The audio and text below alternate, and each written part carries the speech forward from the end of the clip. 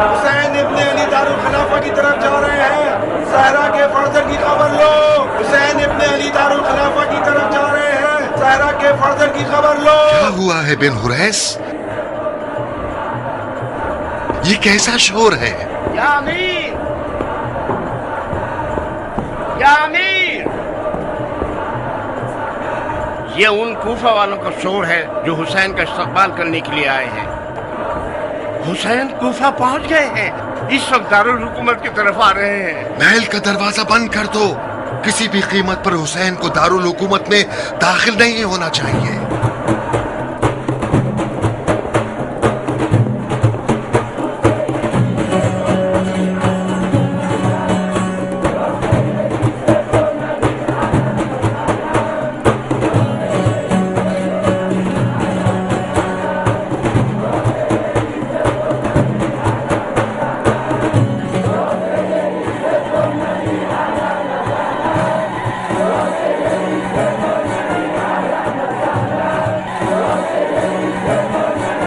کس طرح سے دوسرا رخ نظر آ رہا ہے۔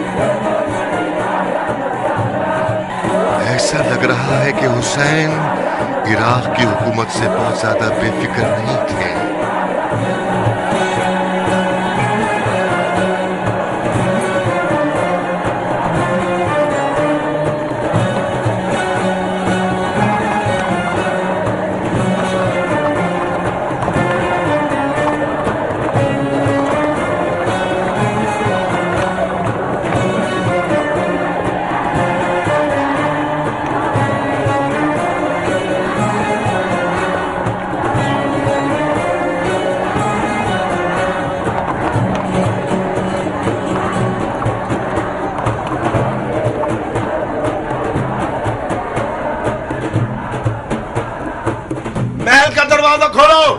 دروازہ کیوں نہیں کھولتے؟ دروازہ کس کے لیے کھولا جائے؟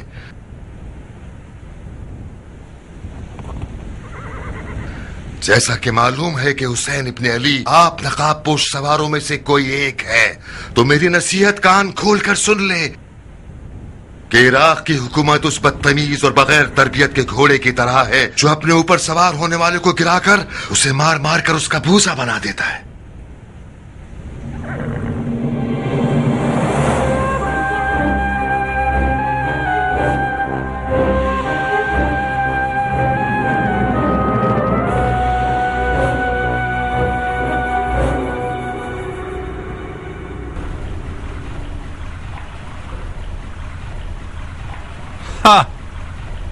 آپ کا منہ کیوں کھلا رہ گیا؟ کیا میرے سینگ ہیں یا دم؟ نہیں، میری حیرانگی کی وجہ امیر کی تدبیر ہے جو حسین کے لباس میں کوفے میں داخل ہوئے ہیں۔ اور مجھے کیا کرنا چاہیے تھا؟ میں حسین کے علاوہ کسی بھی اور کے لباس میں کوفہ آتا تو میرے ٹکڑے ٹکڑے ہو گئے ہوتے۔ آخر یہ کیسی حکومت ہے نعمان؟ پورا کوفہ حسین کا طالب ہے۔ میرے خیال سے خلیفۃ المسلمین یزید ابن معاویہ ہے نا؟ جو کچھ آپ نے ان کوفیوں سے دیکھا وہ ایک بچکانہ کھیل تھا۔ اگر آپ تالی بجائیں تو صفحہ پھر پلٹ جائے۔ تعجب ہے، تو وہ تالی آپ نے کیوں نہیں بجائی؟ میں اگر تالی بجانے والا ہوتا تو حاکم کوفہ رہتا۔ مسلم ابن عقیل کے چاہنے والوں کا شور شرابہ کیسا ہے؟ تمہاری نظر میں کیا وہ بھی کوئی بچکانہ کھیل ہے؟ کوفے میں شیعہ اقلیت میں ہے، جب تک یہ لوگ اقلیت میں ہیں خطرناک نہیں ہیں۔ یہ حکومت کرنے کا انداز کس پاگل مفکر کا تجزیہ ہے؟ ہاں، میں نے حکومت کرنے کا یہ طریقہ گزر جانے والے خلیفہ سے سیکھا ہے۔ معاویہ مر چکا ہے۔ مر چکا ہے؟ ہاں، جیسا کہ نظر آ رہا ہے اس کا طرز حکومت بھی اسی کے ساتھ دفن ہو چکا ہے۔ تمہیں مسلم بن عقیل کے ارادوں کی خبر تھی اور خلیفہ کے کہنے کے مطابق اس کو اور اس کے ساتھیوں کو تم نے آزادی کا موقع فراہم کیا ہے۔ اس بے توجہی کا نتیجہ یہ ہوا کہ وہ مسلط میرے ہاتھ سے نکل گئی ہے اور فی الحال آپ اس پر سوار ہیں۔ خلیفہ نوجوان ہے اور ہم جیسے بوڑھوں کو پسند نہیں کرتا، اور پھر آپ نوجوان لوگ خلیفہ کی زیادہ مدد کر سکتے ہیں۔ ہاں، بہت خوب بڈھے سیاستدان۔ مسلم کہاں ہے؟ میں نے سنا ہے کہ کوفے کے اطراف کے قبیلوں سے بیعت طلب کرنے کے لیے کوفہ سے باہر نکلا ہے۔ سنا ہے اس نے۔ تم کوفے کے حاکم تھے، تمہیں دیکھنا چاہیے تھا۔ اسی وجہ سے کوفے کی حکومت آپ کے حوالے کر رہا ہوں۔ میں سنتا ہوں اور آپ دیکھنے پر قدرت رکھتے ہیں۔ واقعی؟ مذاق تو نہیں کر رہے آپ؟ بالکل نہیں، یہ بات میرا دل جانتا ہے۔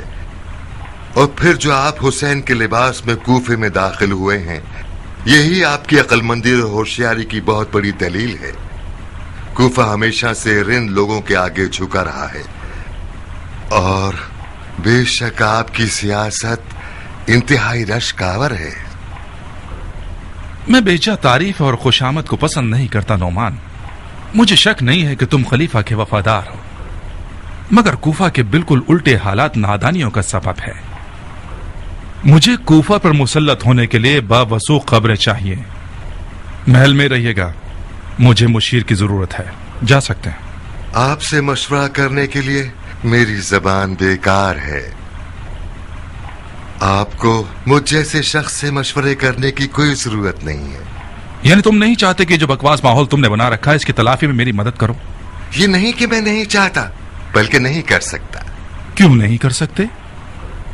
کیونکہ ایک بیہودہ مشیر سے مشورہ لینا صرف وقت ضائع کرنا اور بےہودگی ہے۔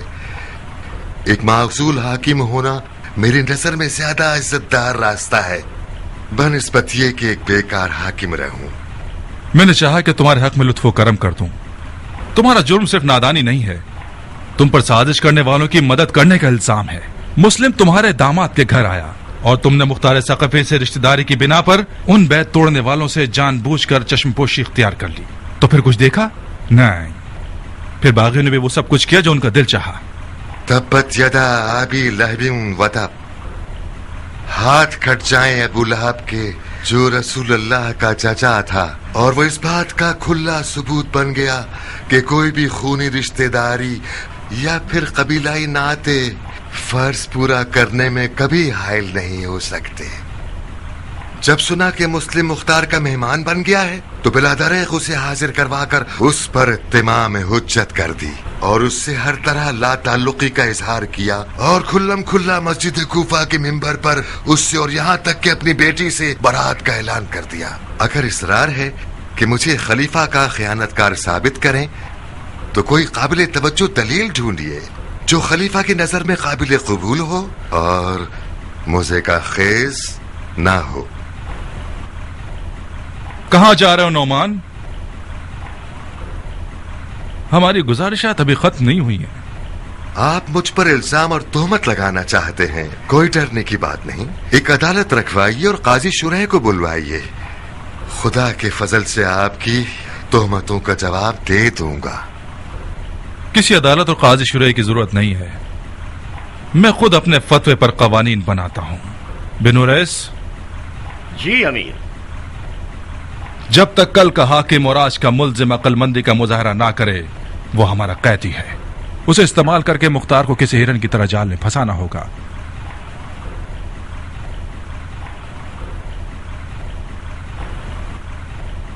اطاعت حاکم مجھ جیسے فوجی کا کام ہے، یہ وہ سبق ہے جو خدا آپ نے مجھے سکھایا ہے۔ میں شرمندہ ہوں جناب نعمان، حکم امیر سے آپ میرے قیدی ہیں۔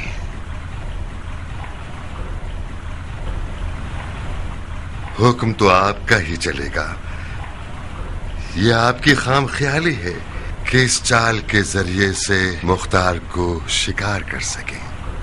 میرا انجام مختار کے لیے ایک مچھر کی قیمت بھی نہیں رکھتا۔ یہ وہی تھا جس کی وجہ سے میں امیری کے تخت سے نیچے آ گیا۔ آپ توقع کرتے ہیں کہ مجھے آزاد کرانے کے لیے اس کا دل جلے اور وہ خود کو آپ کے حوالے کر دے؟ کیا یہ حیف نہیں تھا کہ تم نے اپنی بیٹی کو اس جیسے نمک حرام کے حوالے کر دیا؟ بے شک برے حالات انسان کے گناہوں کا بدلہ ہوتے ہیں جن کا وہ مرتکب ہوا ہے۔ مجھ جیسے شخص کی عمر میں یہ بہت دردناک مرحلہ ہے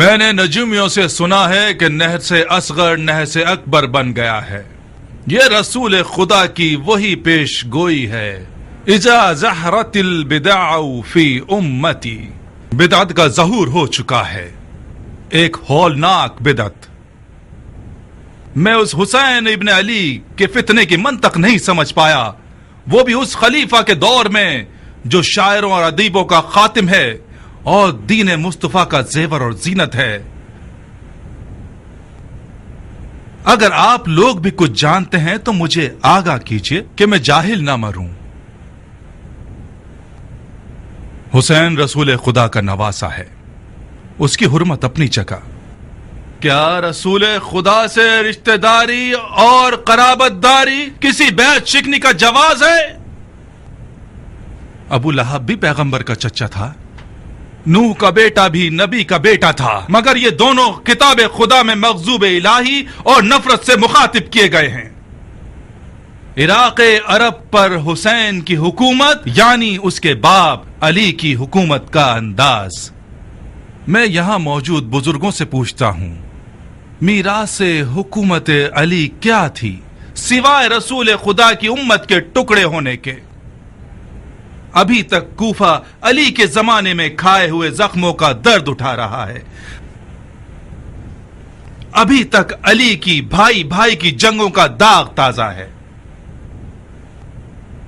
بدعتیان کوفہ نے دل جلے خلیفہ کے ساتھ کیا کیا برا سلوک کیا. اتنا صبر نہیں کیا کہ یہ نوجوان خلیفہ اپنے باپ کی عظیم سوگ سے فارغ ہو سکے. کیا یہی ہے بیعت کی عزت؟ کیا یہی بدلہ ہے خدمات خلیفہ معاویہ ابن ابو سفیان کا؟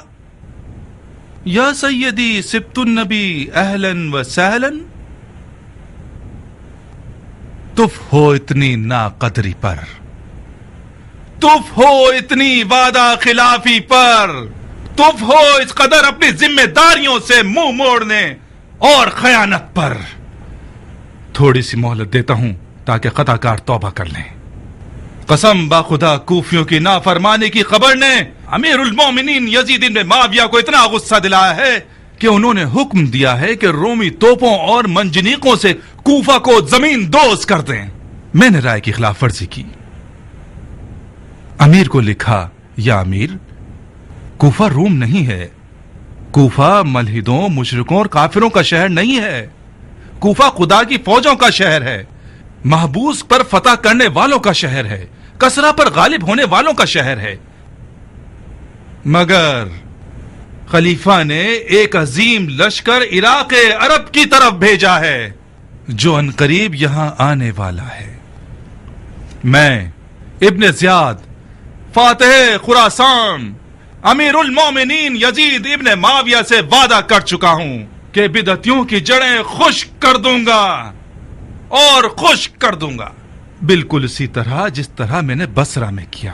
زبان نصیحت سمجھ آ گئی تو ٹھیک ہے، نہیں تو میری زبان تازیانے اور تلوار کی ہے، سولی کی لکڑی اور غل و زنجیر. بیعت توڑنے والے چاہے کسی بھی قوم و قبیلے کے ہوں، ان کی جان، مال اور ناموس ہم پر حلال ہیں. آپ لوگوں میں موجود ہر قوم کے بزرگان بیعت توڑنے والوں کے نام و نشان لکھیں، کیونکہ اگر کوئی بیعت توڑنے والا پکڑا گیا اور اس کا نام اس کے قبیلے کے بڑے نے نہ لکھا ہو تو وہ بڑا مجرم ہے.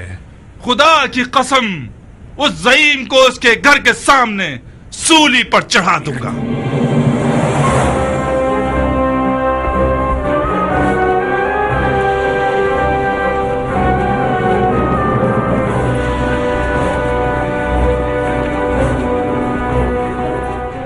اے کوفہ کے مردہ اور حیرت زدہ لوگوں، اب کون سی مصیبت آ گئی ہے کہ تم لوگوں کے منہ حیرت سے کھلے ہوئے اور تمہاری زبانیں تمہارے منہ میں چپکی ہوئی ہیں؟ پھر تم لوگ سمم بکم عمی کے مستاق بن گئے ہو. کیا یہ روا ہے کہ مرجانہ کا بیٹا خانہ خدا کے ممبر پر رجز خوانی کرے اور کوئی اس پر اعتراض نہ کرے؟ کیا خانہ خدا کا ممبر چنگھاڑنے کی جگہ ہے؟ کہیں ایسا تو نہیں کہ رومی توپوں اور منجنیق اور شام کے عظیم لشکر سے ڈر کے آپ لوگوں نے اپنا دین بیچ دیا ہے اور اپنے منہ پر مہر لگا دی ہے اور اپنے کانوں کو دروازہ بنا لیا ہے؟ پہلی بات تو یہ ہے کہ لشکر شام ایک دھوکہ ہے، جھوٹ ہے، سچ نہیں ہے۔ یزید نے کوفے کی طرف کوئی لشکر بھیجا ہے؟ بہت خوب، بھیجا ہو۔ کسی عراقی کو لشکر شام سے کیا ڈرنا؟ عراقی نے تو بارہا شامی سے پنجہ آزمائی کی ہے اور غالب رہا ہے۔ مرجانہ کے بیٹے نے مولا حسین کو ابو لہب اور جناب نوح کے بیٹے سے ملا دیا، جو کہ دونوں کے دونوں قرآن میں مغضوب الہی ہیں، مگر اس کے منہ میں خاک ہو کہ سنت پیغمبر اور احادیث نبوی سے کوئی بات نہیں کی۔ اے علماء دین، قاریان قرآن، صحاب رسول جو خود ان کو دیکھ چکے ہو اور رسول اللہ کے عمل اور سخن کے عینی شاہد رہے ہو، کیا رسول خدا نے نہیں فرمایا کہ میرے اہل بیت کی مثال کشتی نوح جیسی ہے کہ اگر اس میں داخل ہو جاؤ تو محفوظ ہو اور اگر اسے پیٹھ دکھائی تو ہلاک ہو جاؤ گے؟ اس شخص کو جانتے ہو بن حریث؟ یہی فرمایا ہے۔ جی ہاں امیر، ایک بے قبا کھجور بیچنے والا ہے، نیسم تمار کے نام سے مشہور ہے، علی کی پیر چومنے والے ساتھیوں میں سے ہے۔ شرابی کو خلافت پر تو پھر وہ شیعوں کے موٹی گردن والے بڑے لوگ کس قبرستان میں منہ چھپائے پھر رہے ہیں کہ ایک کھجور بیچنے والا میدان میں اتر آیا ہے؟ ابو لہب اور جناب مجھے توقع تھی کہ خانی ابن عروہ یا سلیمان سرد خزائی میدان میں آتا، نہ کہ یہ بے سروپا کھجور فروش۔ اس کے ہاتھ پاؤں باندھ کر دارالحکومت لے آؤ۔ جی امیر۔ جو وحی کی تعبیر و تفسیر کر سکتے ہو، عوام کو بدعتوں کا اصلی چہرہ کیوں نہیں دکھاتے تم لوگ؟ یزید کی بیعت توڑنے والے بدعتی ہیں یا وہ جنہوں نے یزید کی طرف بیعت کا ہاتھ بڑھا دیا ہے؟ میں بھی مرجانہ کے بیٹے کی بات سے متفق ہوں کہ بدعت ظہور کر چکی ہے۔ بدعت وہ جوا کھیلنے والا ہے جس کا غمخوار شراب کا پیالہ ہے۔ بدعت وہ ہوس رانی کرنے والا ہے جس کی عبادت زنا ہے۔ بدعت وہ قاتل ہے جو شیخین کے طریقے کی بھی پرواہ نہیں کرتا۔ بدعت وہ ہوس باز ہے جس کی نماز صرف ہوس رانی ہے۔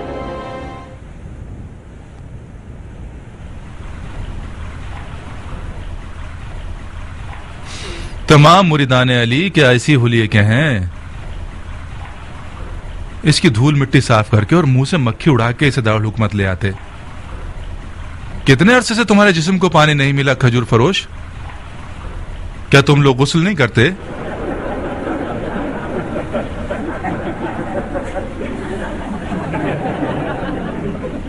پہلی بات تو یہ کہ خاک پاک کرنے والی چیزوں میں سے ہے اور طہارت کر سکتی ہے۔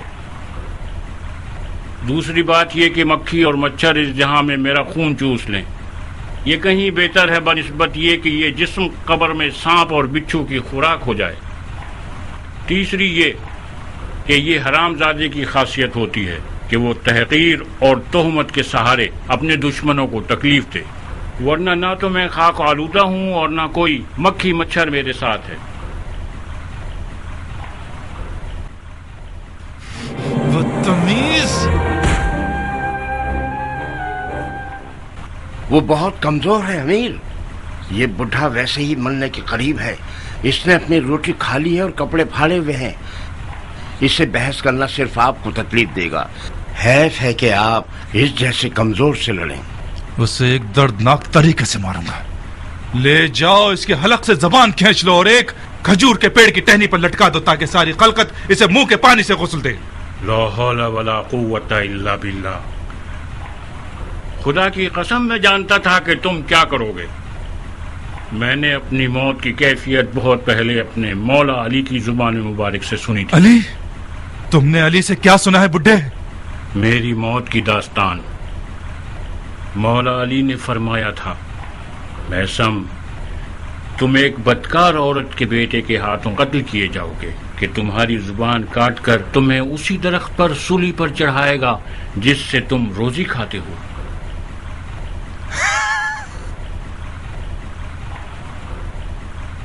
یہ ایک جھوٹ ہے، بہت بڑا جھوٹ ہے۔ میں تمہیں اس کے جھوٹ کا ابھی ثبوت دیتا ہوں بڈھے۔ تمہیں ایسا قتل کروں گا کہ علی کی پیشن گوئی کے بالکل مشابہ نہ ہو۔ بن حریث، جی امیر۔ اسے ایسی کال کوٹڑی میں ڈال دو کہ حشرات الارض اس کے بدن کا گوشت کھا لے۔ تم خود علی کی سچائی سے واقف ہو، پھر بےہودہ باتیں مت کرو۔ قسم خدائے لا شریک، میں نے ہرگز علی سے سوائے حجت اور حقیقت کے کوئی اور سخن نہیں سنا۔ بن حریث، اس کا منہ بند کرو اور اسے میری آنکھوں سے دور کرو۔ سپاہیوں جلدی!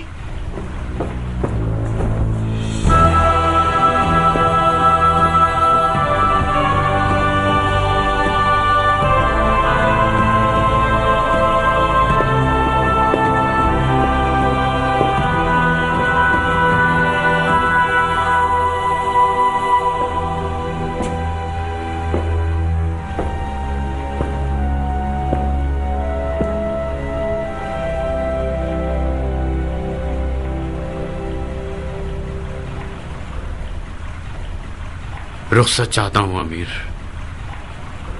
کہاں ابن سعد؟ امیر سے اجازت طلب کر کے میں حکومتی مقام و منصب چھوڑ کر کوئی مناسب کام ڈھونڈنے جا رہا ہوں۔ مثلاً کون سا کام؟ مثلاً کھیتی باڑی، صنعت کاری یا کوئی تجارت۔ چرواہے کا کام بھی برا نہیں ہے۔ جانتے ہو زیادہ تر نبی مبعوث ہونے سے پہلے چرواہے تھے۔ چرواہے بن جاؤ، شاید تم بھی نبوت پر مبعوث ہو جاؤ۔ میں تو انبیاء کے سلسلے کے ختم ہونے پر اب تک شک کرتا ہوں۔ یہ لوگ اب بھی مرشد اور مرسل چاہتے ہیں جو ان کی ہدایت کرے۔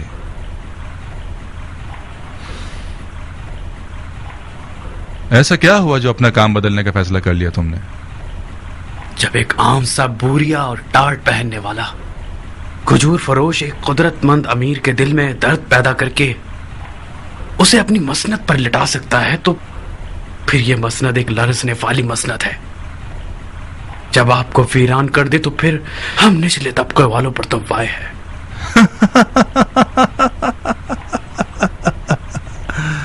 اے پسر سعد، یہ تخت ہولناک طوفانوں سے بھی نہیں لرز سکتا اگر اس پر سوار ہونے والا ایک چال باز اور مکار انسان ہو۔ تو پھر آپ کیوں ٹھنڈے پڑ گئے؟ میں نے چاہا مشق کر لوں۔ آؤ۔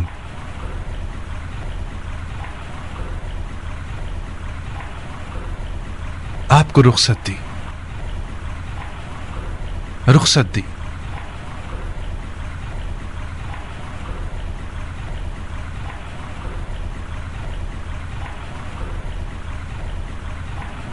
جا سکتے ہیں، جا سکتے ہیں آپ۔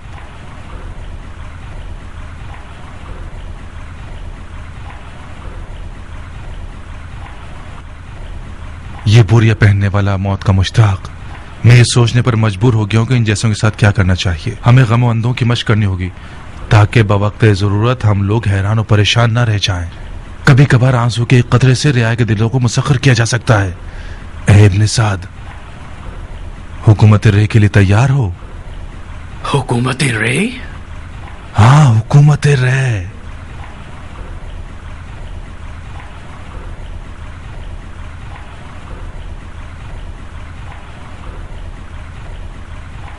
میں جہاں بازی کے لیے تیار ہوں، چاہے ملک رے کی حکومت ہو، چاہے امیر کی رکاب میں نوکری ہو۔ ایران کو ابو عبید نے فتح کیا اور اس کی شہرت سعد ابی وقاص کو مل گئی۔ جب سعد کھڑا ہو گیا تو میں نے اپنی تلوار کو چوما اور غلاف میں رکھ لیا۔ اس دن تک جب ہم علی عمران کے ساتھ جنگ جمل کے لیے نکلے۔ جنگ جمل میں ہم نے مالک اشتر نخعی کے ساتھ مل کر لال بالوں والے اونٹ کے ساتھ وہی کام کیا جو ابو عبید ثقفی نے ایرانی ہاتھی کے ساتھ کیا۔ دین سید المرسلین آج کل پھر تم جیسوں کی تلوار کا محتاج ہے شیخ۔ یزید حرام پیتے ہوئے سیدوں کی آبا پہنتا ہے تاکہ اہل بیت سادات اور ان کے مخلص ساتھیوں کی توہین کر سکے۔ یزید عرب کی اسی معروف خاتون کا تخن ہے جس نے حضرت حمزہ کا سینہ چاک کر کے ان کا جگر چبایا۔ ہم ایریاچی حضرات ارث و میراث خونی پر یقین رکھتے ہیں، جگر خوار ہندا سے تو یزید جیسا بدکار ہی آ سکتا ہے۔ خدا ہمیں اپنی پناہ میں رکھے۔ ایریاچی قوم کا نعرہ غیرت، شرف اور مردانگی ہے۔ مختار، اگر جنگ کا ارادہ ہے تو پھر ہمارے ساتھ بھی جلدی سے معاملہ کرو۔ خدا تمہارا بھلا کرے ابو ذاکر۔ میں اپنے لیے بیعت نہیں مانگ رہا، میں حسین ابن علی کے لیے بیعت لینے کے لیے آیا ہوں۔ ہم مولا حسین کے نوکر ہیں۔ مجھے نہیں لگتا کہ حسین عراقیوں کے ساتھ کشادہ روی سے پیش آئیں گے، خاص طور پر اتنی بے غیرتی کے بعد جو ان کے والد اور بھائی کے حق میں کی گئی۔ جیت تو مولا حسین کی ہی ہے جب مختار ان کے پاس ہو۔ ہاتھ بڑھاؤ مختار۔ محمد کا خدا گواہ ہے کہ یہ بیعت صرف ابو ذاکر کی موت سے ہی باطل ہوئی۔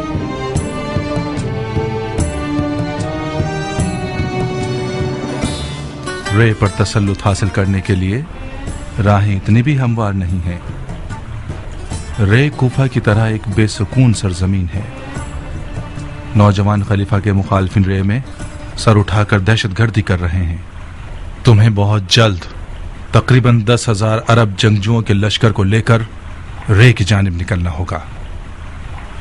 خلیفہ نے میری رائے مانگی، میں نے تمہارا نام لے لیا۔ مجھے خلیفہ کے سامنے شرمندہ مت کروا دینا۔ حکومت رے میری بہت پرانی آرزو رہی ہے، آپ مطمئن رہیے گا، میں اس موقع کو ہاتھ سے نہیں جانے دوں گا۔ تو پھر کام شروع کر دو۔ لشکریوں کے خرچے میرے ذمے اور لشکر تیار کرنا تمہارے ذمے۔ کوفہ کے تمام متحد اور موافق قبیلوں سے بات کرو، ان کے تلوار بازوں کو جہاد کی دعوت دو، ان کے واجبات اور سرکاری ادائیگیوں کے بارے میں کوئی بھی بات مت کرنا۔ کیا سوچ رہے ہو عمر؟ مختار ثقفی کے بارے میں۔ وہ ایک مشکل رقیب ہے اور قبائل کے درمیان اثر و نفوذ رکھتا ہے۔ ڈر ہے ہمارے تمام منصوبے خراب نہ کر دے۔ مختار تمہارا بہنوئی ہے؟ کاش نہ ہوتا، میں اس کے سر کو اس کے تن پر نہیں دیکھنا چاہتا۔ اس کا سر تن سے جدا کر دو۔ یعنی مختار کو مار دوں؟ حکومت رے کے بدلے کیسا رہے گا؟ مختار کو مارنا ایک دشوار کام ہے۔ اپنے عیال سے ڈر رہے ہو یا اس کی بے شرمی سے؟ اپنی جان کے بارے میں ڈر رہا ہوں۔ مختار کے فدائی بہت سے لوگ ہیں، بلا شک اس کے قاتل کا قصاص لیں گے۔ تم اس کا الزام میرے سر پر ڈال سکتے ہو۔ مصر ہے کہ مختار مارا جائے۔ مختار کے زندہ رہنے سے کوفے کا ہنگامہ تھمنے والا نہیں، مگر یہ زبردستی نہیں کہ تم اسے مارو۔ اگر مختار کے ہوتے ہوئے تم لشکر بنا سکتے ہو تو کوئی مسئلہ نہیں، گھوڑا اور میدان سامنے ہے۔ جاؤ دیکھتے ہیں کیا کرتے ہو تم۔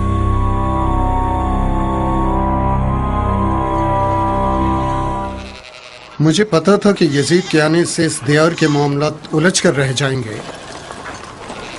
معاویہ نے 100 سال کی جتنی محنت کی ہے کہ ان وراثتوں کو ادھر سے ادھر کرے، اسے سارے حربے آتے تھے۔ اس نے اپنے منہ کے نوالی کو چبا کر ایسے یزید کے منہ میں ڈال دیا ہے کہ وہ بآسانی اسے چبا لے۔ اس کا گلا دبا دیں گے ابو الحدید، کچھ ایسا کریں کہ یہ لقمہ اس کے گلے کا پھندا بن جائے۔ کس ترکیب سے ابو اسحاق؟ کس ترکیب سے؟ حجاز سے لے کر فارس کے خراسان تک یزید کے قبضے میں ہیں۔ ان کوفیوں کے بھوکنے کی مدد سے جو ایک گوشت کے ٹکڑے سے چھپ ہو جاتے ہیں، تم ان کے ساتھ مل کر چاہتے کہ وہ سلطان کو شکست دو جو آدھے عالم خاکی پر خدائی کر رہا ہے۔ اس کا مطلب ہے میں غلط جگہ آ گیا ہوں۔ جس ابو الحدید کو میں جانتا تھا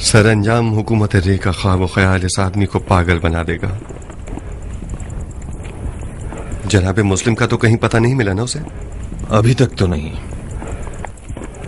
مگر کچھ دیر نہیں لگے گی ابو اسحاق. ابن مرجانہ ذرا سا قدم جما لے، جناب مسلم کا بھی سراغ لگا لے گا. بعید لگتا ہے کہ ابن مرجانہ نے اس بات پر یقین کیا ہو کہ جناب مسلم کوفہ میں نہیں ہے. کیسے؟ کیسے کا جواب تو میرے پاس بھی نہیں ہے، مگر ایسا احتمال ہے کہ اس سے غافل نہیں ہونا چاہیے. کیا اپنے دوستوں اور ساتھیوں کو یہ پیغام پہنچا دو کہ جناب مسلم کا بہت دھیان رکھیں. ابن مرجانہ مکاری کا خدا ہے. یہ جو لباس حسین پہن کر کوفہ میں گھسا ہے، یہ ایسی چال تھی جو کسی کے گمان میں نہیں ہوگی. ممکن ہے اس کے جاسوس ہمارے اپنوں کے لباس میں ہمارے حلقے میں گھس آئیں. کہو کہ جناب مسلم کی اقامت گاہ کو تبدیل کرتے رہیں. جناب مسلم کو کسی بھی گھر میں زیادہ لمبے عرصے نہیں رہنا چاہیے.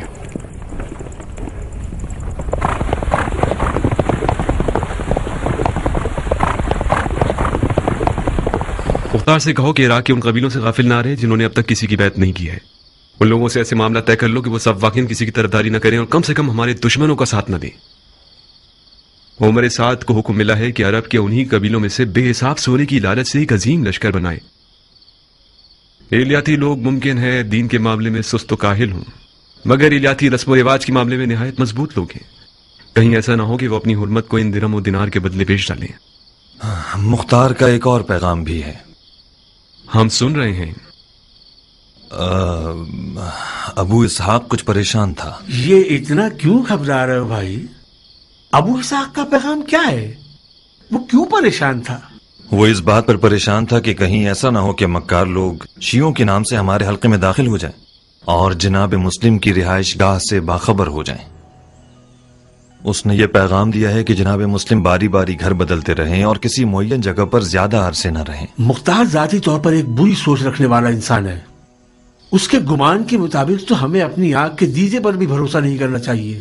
یعنی اس کے خیال میں ہم اتنے گئے گزرے ہیں کہ دوست اور دشمن کو نہیں پہچانیں گے اور معاملہ خراب ہو جانے دیں گے.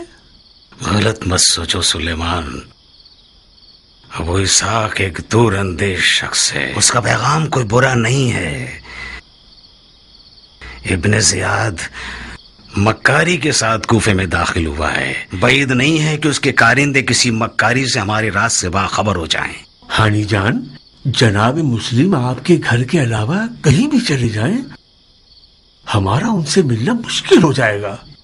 تمہاری بیماری ایک اچھا بہانہ ہے. عزیز احباب تمہاری عیادت کو آئیں اور کوئی شک بھی نہ کرے. بھائیوں، مختار کا پیغام یہ مطلب رکھتا ہے کہ احتیاط کرنا عقل کی نشانی ہے.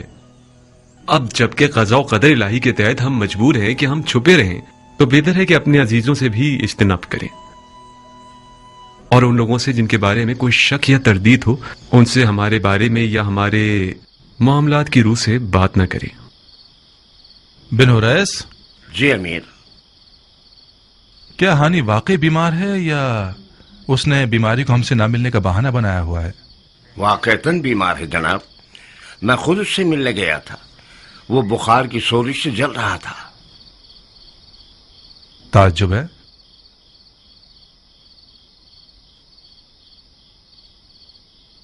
بہت خوب، پھر ہم اس کی عیادت کے لیے جائیں گے. اپنے دشمن کی عیادت کرنے جائیں گے؟ بیمار کی عیادت کرنا سنت پیغمبر ہے اور دشمن کی عیادت کرنے کا ثواب کئی گنا زیادہ ہے. تم نے سنا ہے ابن عقیل؟ تم نے سنا اس حرام زادے کا پیغام؟ ابن برجان آج رات میری عیادت کے لیے آ رہا ہے. خدا کی قسم یہ عیادت شیطان کی عیادت ہے. وہ آ رہا ہے تاکہ لوگوں کی نظر میں اپنے آپ کو برحق اور قابل توجہ دکھائے. یہ ایک اچھا موقع ہے کہ ہم اس کے شر کو ختم کر دیں. کوفے کی راہ مولا حسین کے لیے ہموار کرتے ہیں.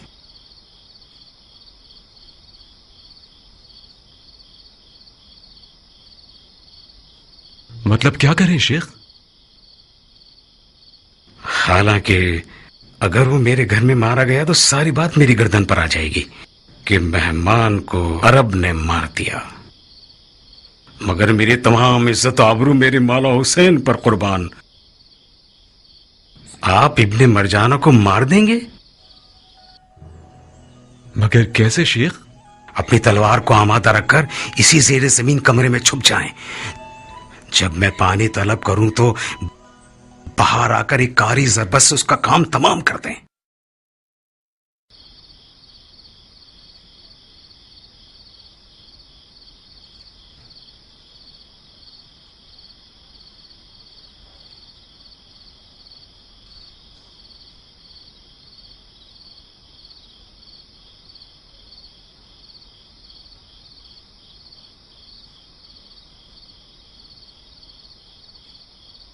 شک و تردید مت کیجیے جناب مسلم، افسوس ہے کہ اس بیماری نے مجھے ناتواں بنا دیا، ورنہ میں خود ہی اس کی جان لے لیتا۔ اس مکاریوں کی جڑ کا زندہ رہنا یعنی انہی بازیوں کا دوبارہ دہرائے جانا جنہوں نے جنگ صفین میں مولا علی کی کمر توڑ دی تھی، یعنی ہماری حکومت حق کو برپا کرنے میں ناکامی۔ خدا کی قسم ابن مرجانہ کوفہ آیا ہی اسی لیے کہ کوفے کو مقتل حسین بنا دے۔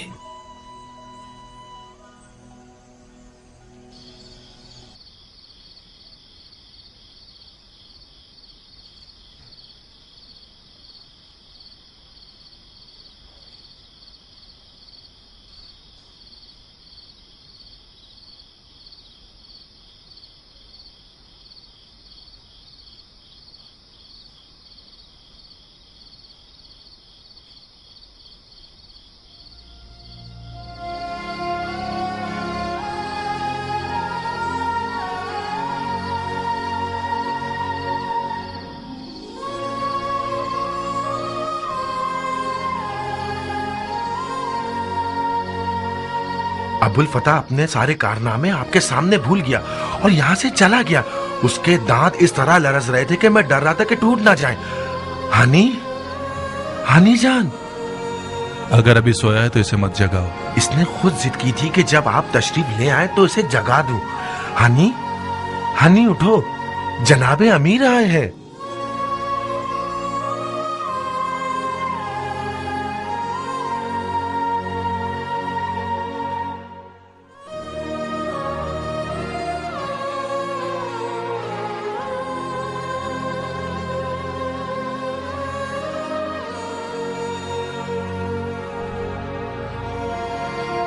بلا دور رہے شیخ، ہم دعا کرتے ہیں کہ جلد جلد شفا پا جائے۔ خدا کے واسطے مت گھبراؤ، اے ہاتھ تمہیں خدا کا واسطہ یوں ٹھنڈے مت پڑ جاؤ۔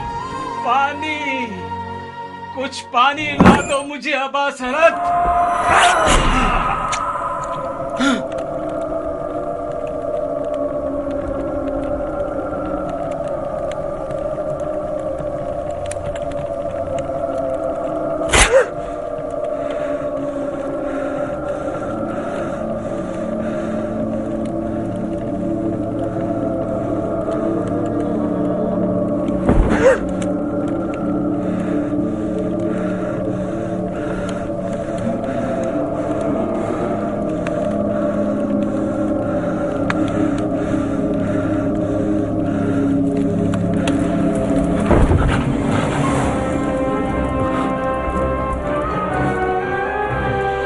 مار چکے؟ شرم کرو، شرم کرو، وائے ہو تم پر، تم لوگ مہمان پر تیغ چلاتے ہو۔ اے ابن عقیل، تم نے اپنے کام سے اپنے چچا علی کی آبرو ضائع کر دی۔ علی نامردی کے ساتھ کبھی دشمن پر وار نہیں کرتا تھا۔ علی نے کافروں